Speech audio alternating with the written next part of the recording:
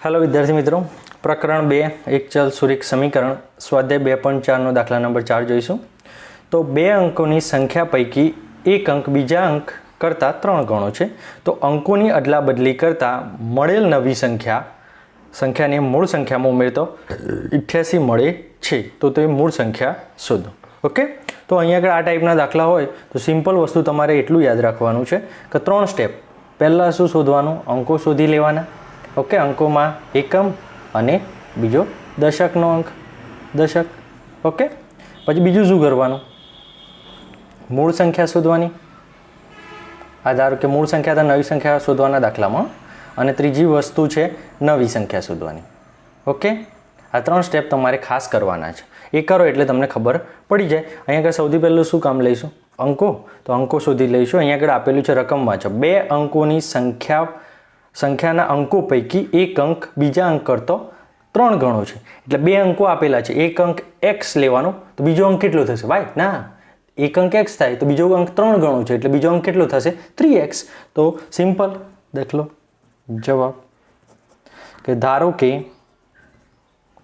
अहीं एक अंक x छे तो बीजो अंक 3x थाय। ओके, एटले पहला सौथी पहला बने अंको मळी गया। हवे बने अंको मळी गया ने पहला सौथी पहला शुं शोधवानुं? अंको। हवे आमांथी गमे ते तमे धारो तो आने बी एकमनो अंक बनावी शको, आने बी एकमनो अंक बनावी शको, आने इच्छा थाय तो आने दशकनो, आने इच्छा थाय कोईपण साचो छे आंसर। ओके, तो धारो के आपणे आने दशकनो अंक बनावीए ने आने एकमनो अंक बनावीए छे। तो जोईए, धारो के अहीं एक्स ए दशकनो अंक छे, दशकनो अंक छे, अने 3x ए एकमनो अंक छे। कयो? एकमनो अंक छे। ओके, तमे कोई पण बनावी शको छो। हवे पहलुं स्टेप पूरुं थई गयुं, अंको एकम दशक थई गया। हवे बीजुं शुं शोधवानुं छे? मूळ संख्या। तो आ पहलुं स्टेप पूरुं। हवे बीजुं शुं शोधीए? मूळ संख्या। तो मूळ संख्या बराबर। हवे मूळ संख्या केवी रीते मळे छे? तो આપણે એના માટે થોડું વિસ્તરણ વિશે ધ્યાન લઈએ। ધારો કે કોઈ એક સંખ્યા છે 46, એક સંખ્યા કેટલી છે? 46। હવે આ મારે 46નું વિસ્તરણ કરવું છે તો આમાં તમે કેવી રીતે કરી શકો? આ સંખ્યામાં દેખો, આ 6 શું છે? એકમનો અંક, અને આ શું છે? દશકનો અંક। મારે આનું વિસ્તરણ કરવું છે તો હું 40 + 6 લખી શકું। હજુ આગળ વિસ્તરણ થાય છે? હા થાય છે। તો 40નું 4 × 10 લખી શકું 40ને, અને અંદર 6। तो अहीं आगळ तमे जोई शको छो कि आ जे दशकनो अंक छे ने 4, एने केटला वडे गुण्याय छे? 10 वडे, अने एनी अंदर एकमनो अंक जे आ 6 छे ए शुं कर्युं छे? आ प्लसना चिन्ह एटले अंदर एड करी दीधो छे। बस आ ज वस्तुनो उपयोग करीने अहीं आगळ आपणे करवानुं छे। तो अहीं आगळ जोईए मूळ संख्या केवी रीते थाय। तो आ जे दशकनो अंक छे ने, आ x कयो छे? दशकनो अंक छे। तो दशकना अंकने केटला वडे गुणवानुं? 10 वडे गुणी, अने आ जे एकमनो अंक, आ जे एकमनो अंक हतो ने, एकमनो अंक अंदर एड करी दीए। तो અહીં દશકના અંકને 10 વડે ગુણી તેની અંદર એકમનો અંક ઉમેરતા મળતી મૂળ સંખ્યા બરાબર મૂળ સંખ્યા બરાબર। तो धारो कि अहीं आगळ शुं कीधुं छे? दशकना अंकने 10 वडे। तो आ दशकनो अंक छे ने, तो आ एने 10 वडे गुणी दीए, 10 × x। Okay, simple. अने एमां शुं कर्युं छे? तेनी अंदर एकमनो अंक, तो एकमनो अंक आई रह्यो, आ 3x एकमनो अंक, तेनी अंदर शुं कर्युं? 3x उमेरी दीधो। सिंपल। तो आ 10x + 3x एटले केटले? 13x मळ्युं। तो मूळ संख्या आपणने कई मळी? सिंपल, मूळ संख्या आपणने मळी गई 13x। ओके, तो આપણો બીજું સ્ટેપ પૂરું।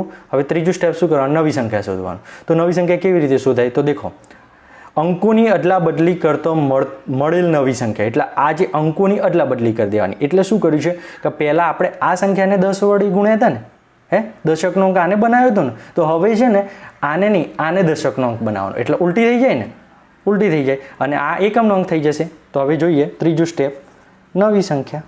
તો નવી સંખ્યા બરાબર અંકોની અદલા બદલી કરતા મળતી નવી સંખ્યા બરાબર, એટલે નવી સંખ્યા હું અહીંયા આગળ લખું છું, નવી સંખ્યા બરાબર તમે જોઈ શકો છો. એટલે તમારે શું યાદ રાખવાનું, અંકોની અદલા બદલી કરવો, એટલે આને દશકનો અંક બનાવ્યો હતો ને એટલે આને 10 વડે ગુણ્યા હતા. ઓકે, તો હવે આને એની જગ્યાએ આને દશકનો અંક બનાવવાનો છે, તો આને હું 10 વડે ગુણીશ.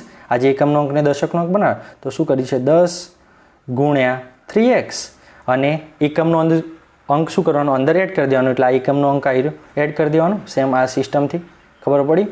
તો હવે 10 તારી 30x વત્તા x એટલે કેટલા થાય, 31x. ઓકે, તો નવી સંખ્યા આપણને કેટલી મળી, નવી સંખ્યા આપણને મળી 31x. ઓકે, આટલા સુધી ખબર પડી ગઈ. તો આ 3 સ્ટેપ આપણો પૂરા થઈ ગયા. હવે શું કરવાનું, હવે રકમ જોવાની. અંકોની અદલા બદલી કરતાં મળેલ નવી સંખ્યા, એટલે આ નવી સંખ્યાને મૂળ સંખ્યામાં ઉમેરતો, એટલે આ મૂળ સંખ્યામાં, એટલે આ સંખ્યાને આ સંખ્યામાં ઉમેરતો 88 મળે છે. તો આ બે સંખ્યાનો સરવાળો, આ બે સંખ્યાનો સરવાળો કેટલો મળે છે, 88. તો જોઈએ કે નવી સંખ્યાને મૂળ સંખ્યામાં ઉમેરતા જવાબ કેટલો મળે છે, 88 મળે છે. તો આ વસ્તુને આપણે સમીકરણમાં લખીએ. ઓકે, તો તમે અહીં આગળ જોઈ શકો 31x વત્તા 13x બરાબર કેટલા થશે, 88. તો 31x વત્તા 13x બરાબર કેટલા થયા, 88. સિમ્પલ. હવે આ બેનો સરવાળો 31 વત્તા 13 કેટલા થાય, 44x. ઓકે, તો 44x બરાબર કેટલા થાય, 88. તો x આ અહીંયા આગળ ગુણાકારમાં છે, આ સાઈડ આવશે તો ભાગાકાર, તો 44. ઓકે, ખબર પડી ગઈ. 44 દુ 88. તો x બરાબર કેટલો મળ્યો, 2. આ x બરાબર xની વેલ્યુ કેટલી મળી, 2. તો હજુ દાખલો પૂરો નથી થયો. અહીંયા આગળ જુઓ શું શોધવાનું છે, મૂળ સંખ્યા શોધવાની છે. તો મૂળ સંખ્યા કઈ છે, આ રહી આપણી મૂળ સંખ્યા. ઓકે, તો મૂળ સંખ્યામાં આ એક્સની વેલ્યુ છે ને એ આપણે આ મૂળ સંખ્યામાં મૂકી દઈએ. ઓકે, તો સિમ્પલ. તો મૂળ સંખ્યા બરાબર 13x. તો 13 ગુણ્યા એક્સની વેલ્યુ કેટલી મળી, 2. તો 13 દુ 26. તો મૂળ સંખ્યા કેટલી મળી, 26 મળી ગઈ. સિમ્પલ. ઓકે, કોઈક આ જે ધારો કે દશકનો અંક આ લીધો ને, શરૂઆતમાં કોઈક આ લેશે ને, આ 3x દશકનો અંક લેશે ને એનાથી મૂળ સંખ્યા શોધશે ને, તો આન્સર છે ને આના કરતો ઉલટો આવશે, 62 આવશે. ઓકે, 62 આવશે. કોઈ ટેન્શન નહીં. આ બી આન્સર સાચો છે, આ બી આન્સર સાચો છે, બંને આન્સર સાચા છે.